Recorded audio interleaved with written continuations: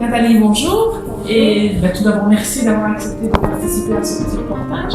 Est-ce que tu pourrais un petit peu nous expliquer ton entreprise, le secteur d'activité dans lequel tu exerces, comment s'est développé ton projet?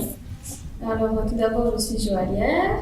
Je suis indépendante complémentaire, mais en statut d'artiste. Donc, c'est ça qui est un peu différent des autres statuts. Et donc, je crée des bijoux en argent 925 essentiellement. Et je fais des réparations.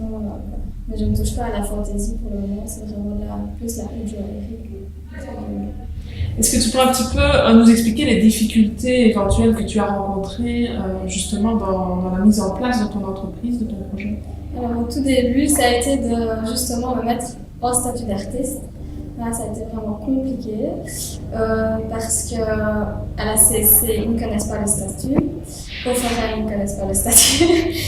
L'UCM non plus. Donc, c'est ma tante qui m'a aidée, qui travaille à l'ONEM, qui a trouvé le papier sur noir sur blanc de quoi je rentrais dans les critères. Comme ça, j'ai pu amener les papiers donc, à l'UCM pour pouvoir discuter du statut, voir si je rentrais bien dans les critères. Alors, on m'a fait beaucoup voyager de gauche à droite, vraiment pour obtenir le statut. Ça a été vraiment compliqué. Mais une fois qu'on l'a, c'est bon. Et aussi au niveau, voilà, il y a le côté, on va vraiment voyager de gauche à droite. Et puis il y a aussi le fait d'aller soi-même jusqu'à le bureau de TVA pour avoir notre registre. Donc, il y a vraiment beaucoup de démarches administratives. Le fait aussi des difficultés. Ça, c'est vraiment au démarrage que j'ai vraiment des difficultés. Sinon, c'est plus au niveau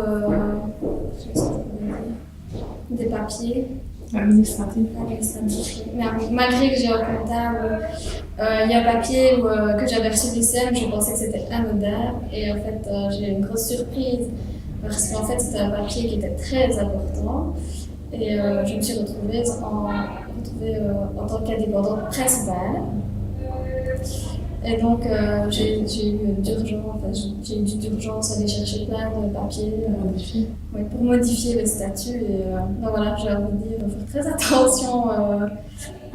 Oui, l'administratif, c'est super important parce que des fois, on pense que c'est anodin, que c'est un petit papier, c'est pas grave si on le rend un peu en retard, mais non, c'est très très important. Ouais. Est-ce que tu pourrais un petit peu nous donner les avantages et les inconvénients d'être indépendant? Les avantages, c'est on travaille un peu comme on le sent.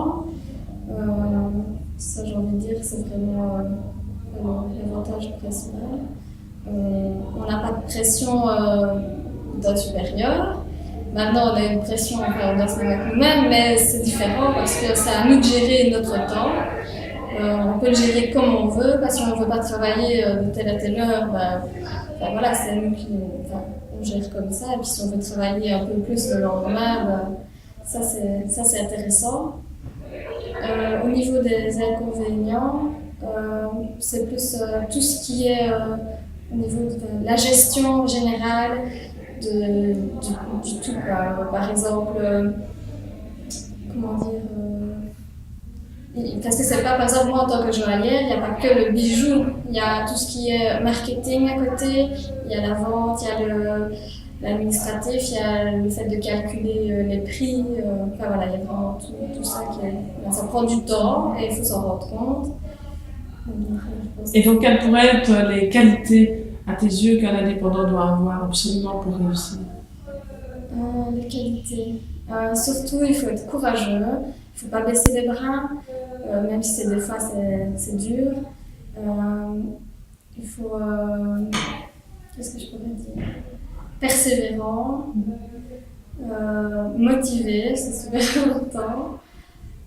Il faut être organisé, même si moi c'est pas le cas, mais il le faut. Et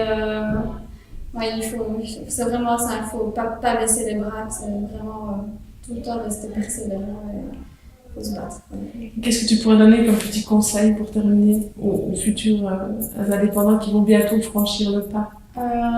Il faut vraiment préparer son projet, mais vraiment le créer au maximum, le boucler, essayer de se dire tiens, qu'est-ce que ça peut m'apporter et tout ça, vraiment être sûr. Moi, c'est vrai que je suis partie un peu à l'aventure, mais ce serait le conseil que je donnerais, c'est vraiment Bien réfléchi. ouais, bien réfléchir, bien programmer, parce qu'il y a quand même beaucoup de conséquences, il y a de l'investissement, il y a ça, et je pense à autre chose, mais ça m'avait plus donc à mon avis ça va revenir.